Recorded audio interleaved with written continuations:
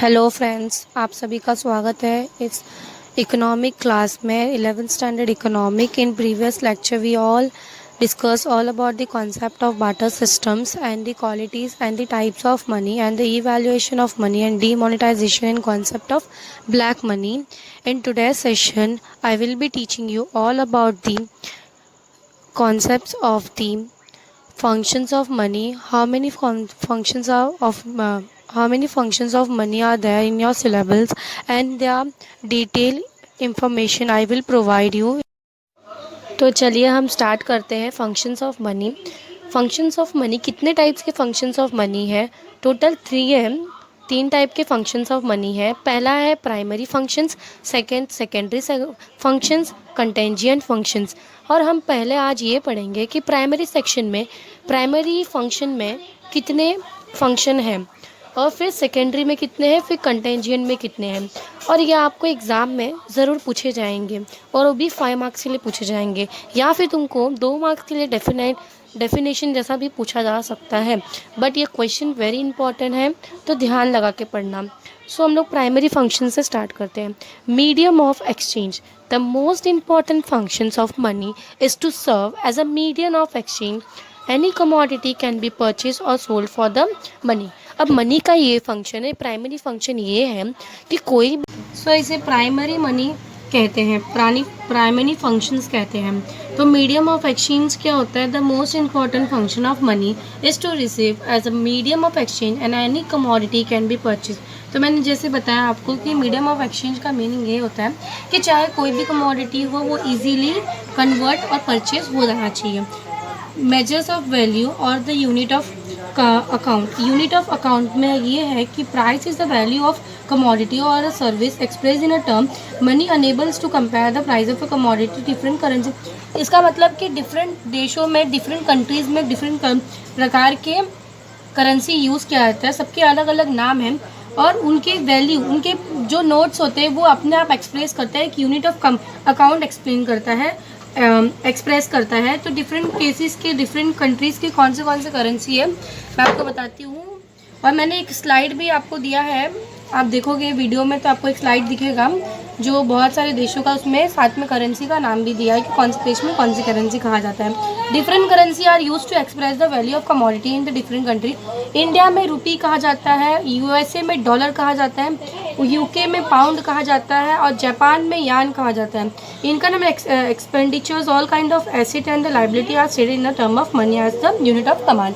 अब चाहे जितने भी एसेट हो या लाइबिलिटी हो, अगर एसेट होता है, एसेट तुम लोगों ने पढ़ा है अपने अकाउंट सब्जेक्ट में, और तुम लोग 1 साल से पढ़ते हुए आ रहे हो, अभी 12th स्टैंडर्ड में आ गए हो, सॉरी 11th में ही हो, सॉरी तुम 11th में हो, मैं 12th का सोच लिया तुमको।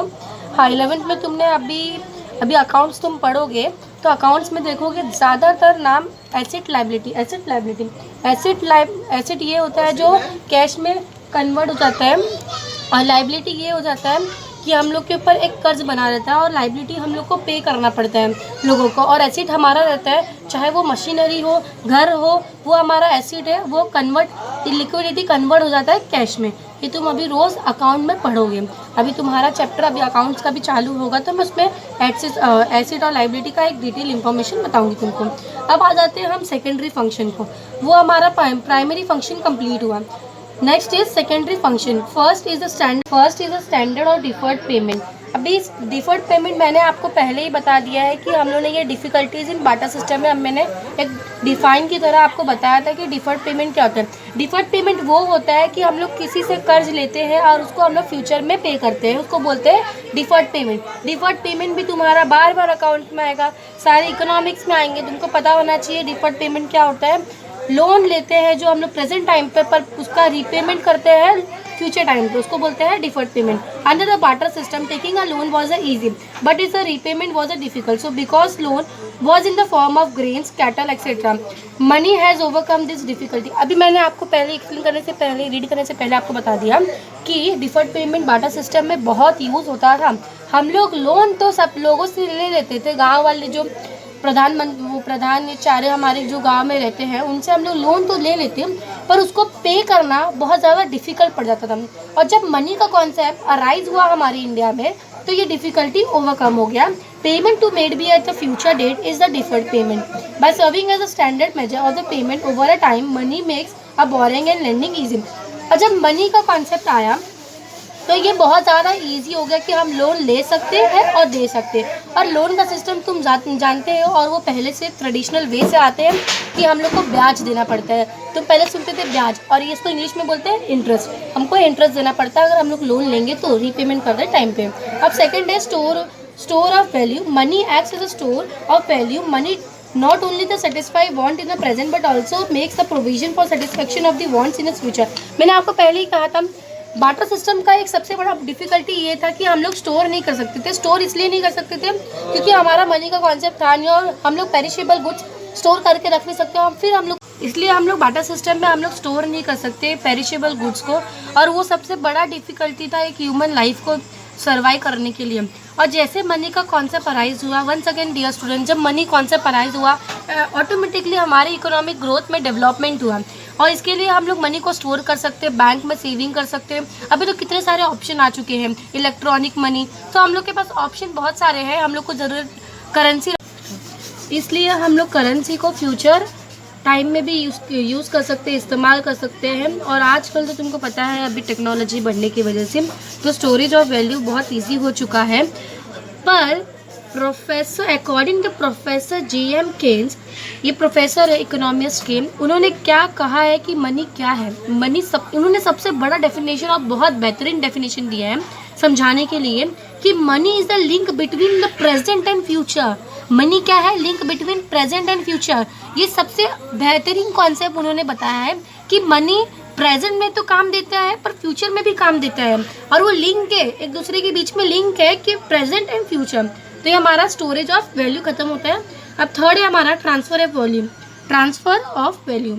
Money enables transfer of value from one person to another and from one place to another. Real estates like a asset like a building, plot, shop, agriculture, land, etc. can be sold at one place and can be purchased at another place with the help of money। अब तुमको पता है कि ज़्यादातर अधिकतर लोग अभी asset खरीदते हैं, सोना नहीं खरीदते, कुछ नहीं, प्लॉट खरीद के, एक खुला प्लॉट खरीद के रख देते हैं कि इन फ्यूचर डेट में हमको वो काम आएगा। अगर हम लोग को नीड होगा, हम लोग को कुछ प्रॉब्लम अराइज होगा, तब हमको वो प्लॉट काम, वो खुला प्लॉट फ्यूचर टाइम में हमको काम आता है। तो एसेट खरीदने का यही हमारा बेनिफिट होता है। और मनी का कॉन्सेप्ट से सबसे अच्छा कॉन्सेप्ट तो ये है कि हम लोग उसको ट्रांसफ़र कर सकते हैं। अगर किसी बंदे को ज़रूरत है पैसे की तो हम लोग तुरंत उसको ट्रांसफ़र कर सकते हैं, इजीली ट्रांसफ़र कर सकते हैं। इलेक्ट्रॉनिक तो सबसे बेस्ट ट्रांसफरेशन है। हम लोग इलेक्ट्रॉनिक से ट्रांसफ़र कर देंगे money one place to another place, one person to another place. और उसके बाद अगर हम लोग कहीं पे जा रहे हैं, वहाँ पे हमको कोई प्लॉट अच्छी लग गई, हमको कोई ज़मीन अच्छी लग गई, हम लोग को कोई एग्रीकल्चर लैंड अच्छा लग गया, बिल्डिंग अच्छा लग गया, हम लोग ऑन द स्पॉट वो लैंड या बिल्डिंग को, हम लोग घर को खरीद सकते हैं इजीली। हम लोग एक हाथ से, जैसे पर बोलते हैं ना हम लोग, एक मुहावरा है हिंदी में, एक हाथ से लो एक हाथ से दो। तो भाई यही वाला कॉन्सेप्ट आ गया है मनी में कि एक हाथ से तुम पैसा दो और एक हाथ से अपना एसेट लेके जाओ। तो ये एकदम ईजी होता है ट्रांसफर ऑफ वैल्यू। तो ये हमारा दो कॉन्सेप्ट खत्म होता है, primary functions and the secondary functions. तो हमारा थर्ड कॉन्सेप्ट है कंटेंजियंट फंक्शन। कंटेंजियंट फंक्शन में प्रोफेसर किनली ने क्या कहा है हम लोग को, in the modern period money plays an important role almost in all economic transaction. हमारे सारे ट्रांजेक्शन में, इकोनॉमिक ट्रांजेक्शन चाहे कुछ छोटे हो या बड़े हो, तो सारे इकोनॉमिक ट्रांजेक्शन में मनी सबसे बड़ा रोल करता है। तो सबसे पहला है measurement of national income. National income मतलब क्या होता है? National income is expressed in the money term, और ये एक्सप्रेस किस में करता है? मनी टर्म में। मतलब नेशनली हम लोग को कुछ इनकम निकालना है कि हमारे नेशन का कितना इनकम आउटपुट निकल रहा है। Distribution of national income among the four factors of the production is the term monetary rewards, rent, wages, interest, profit etcetera. National income किसके थ्रू आता है? Rent, wages, interest, profit etcetera. ये national income का तुम लोग अभी एक छोटा सा डेफिनेशन जैसा पढ़ रहे हो, but guys dear student, in 12th standard you have full chapter on the national income. तो उसमें तुमको बहुत बेहतरीन चैप्टर है, वो तुमको डिटेल में बताएंगे वो chapters. Basis of the credit, commercial bank credit create a credit money on the basis of primary deposit money, provide a liquid base of the creation of credit money। मैंने अभी कल ही तुमको बताया था एक सेशन में, मेरे जो लास्ट वीडियो प्रीवियस वीडियो था हमारा, क्रेडिट मनी क्या होता है। जो बैंक इशू हम लोग बैंक में जाके सेव करते हैं, हम लोग क्रेडिट करते हैं मनी हमारे बैंक से, उसको बोलते हैं credit money. Impart liquidity to wealth, money is called as a liquid asset. हम कोई एसिड को इजीली कन्वर्ट कर सकते हैं कैश में, हम कैश को इजीली कन्वर्ट कर सकते हैं एसिड में। मैंने अभी तुमको बोला ट्रांसफ़र ऑफ वैल्यू में ही कि हम लोग कोई चीज़ भी कभी भी खरीद सकते हैं, one person to another person को ट्रांजैक्शन कर सकते हैं, तो ये इम्पार्टमेंट लिक्विडिटी है। एग्जाम्पल देते, person can purchase gold and if he want he can sell it the purchase government and bond and security. Bond and security government issue करता है, मतलब गवर्नमेंट से गवर्नमेंट उसका लिंक है, पब्लिक इशू करती है। अगर उसको गोल्ड खरीदना है तो वो बॉन्ड और सिक्योरिटी खरीद सकता है गवर्नमेंट से। Estimation of macro economic variable, macro economic तुमको पता है, लार्ज पार्ट जो हम लोग पढ़ते हैं, किसी को रिसर्च करते हैं लार्जली, उसको मैक्रो इकोनॉमिक वेरिएबल बोलते हैं। Macro economic variable like a gross national product, total saving, total investment can easily estimate the monetary term. मैंने अभी तुमको बोला नेशनल इकोनॉमिक क्या होता है, हम लोग ग्लोबली देखते हैं हमारा इकोनॉमिक फंडामेंटल कैसा है, हमारा इकोनॉमिक ग्रोथ कैसा है, इनकम क्या है उसका, तो टोटल सेविंग क्या है, टोटल एम्प्लॉयमेंट क्या है, टोटल इन्वेस्टमेंट क्या है हमारे कंट्री का, उसको हम लोग ग्लोबली देखते हैं, उसको नेशनली बोलते हैं। It is also facilitate the government tax collection, preparation of budget. Budget कब कितने साल में, 102 साल में, 5 साल में जो बजट बनता है वो साल का पूरा सारे देश का बनता है, एक हमारे इंडिया का साथ में पूरा बनेगा, उसको ग्लोबली बोलेंगे, उसको नेशनली बोलेंगे, उसको मैक्रो इकोनॉमिक वेरिएबल बोलते हैं। टैक्स कभी बनता है, तुमको टैक्स में इकोनॉमी ये अकाउंट्स में बताएंगे कि अकाउंट्स रिकॉर्ड कब होता है, 1 अप्रैल से 31 मार्च तक हम लोग बैलेंस शीट हमारा अकाउंट क्लोज होता है। तो हमारा ये कंप्लीट हुआ, यह आज का लास्ट सेशन था। आज का मैंने पूरा चैप्टर कंप्लीट कर दिया है which is related to money. Money chapter में एक रैपिड फायर में देख लेते हैं क्या क्या हम लोगों ने पढ़ा। Barter system, difficulty in barter system, उसमें कितने टाइप्स थे हमारे, total 5 difficulties of barter system. फिर मनी पढ़ा, फिर हम लोग ने प्रोफेसर वॉल्कर का डेफिनेशन देखा, फिर इवैल्यूएशन ऑफ मनी देखा, फिर टाइप्स ऑफ मनी में टोटल 8 टाइप्स ऑफ मनी है। फिर हम लोगों ने इवैल्यूएशन का चार्ट देखा कि कैसे इवैल्यूएशन हुआ। फिर हम लोगों ने legal tender money, non legal tender money पढ़ा, फिर क्वालिटी ऑफ मनी पढ़ा, फिर हम लोगों ने पढ़ा फंक्शन ऑफ मनी, जो आज हम लोग आज के सेशन में पढ़े, और कल हम लोग पढ़े थे concept of the black money and demonetisation. तो मैं आपको एक रैपिड फायर में ये बताना चाहती हूँ कि एग्जाम में ये चैप्टर कैसे पूछे जाएंगे। तुमको पूछेंगे, एक शॉर्ट नोट पूछ सकते हैं कि डिफ़िकल्टी बार्टर सिस्टम लिख दो, तो 3 मार्क्स के लिए डिफ़िकल्टी बार्टर सिस्टम आ गया। या फिर तुमको डेफिनेशन पूछ लिया 2 मार्क्स के लिए मनी का, टाइप्स ऑफ मनी में से भी कोई डेफिनेशन उठा के पूछ सकते हैं, पेपर मनी, या फिर डिफरेंस बिटवीन पूछ सकते हैं, मेटेलिक कॉइन में जो स्टैंडर्ड कॉइन, बॉडी कॉइन है, टोकन कॉइन का एक पूछ सकते हैं, और पेपर मनी और प्लास्टिक मनी में भी डिफरेंट बिटवीन पूछ सकते हैं। क्वालिटीज़ ऑफ मनी में भी शॉर्ट नोट पूछेंगे तुमको 3 to 4 मार्क्स के लिए। लीगल टेंडर और नॉन लीगल में भी डेफिनेशन पूछ सकते हैं तुमको। और फंक्शंस ऑफ मनी तो गारंटेड है, वो तो आता ही आता है, चाहे वो प्राइमरी फंक्शन हो या सेकेंडरी, 2 मार्क्स 3 मार्क्स के लिए आ सकते हैं। तो चैप्टर इजी और इम्पॉर्टेंट भी है स्कोरिंग करने के लिए।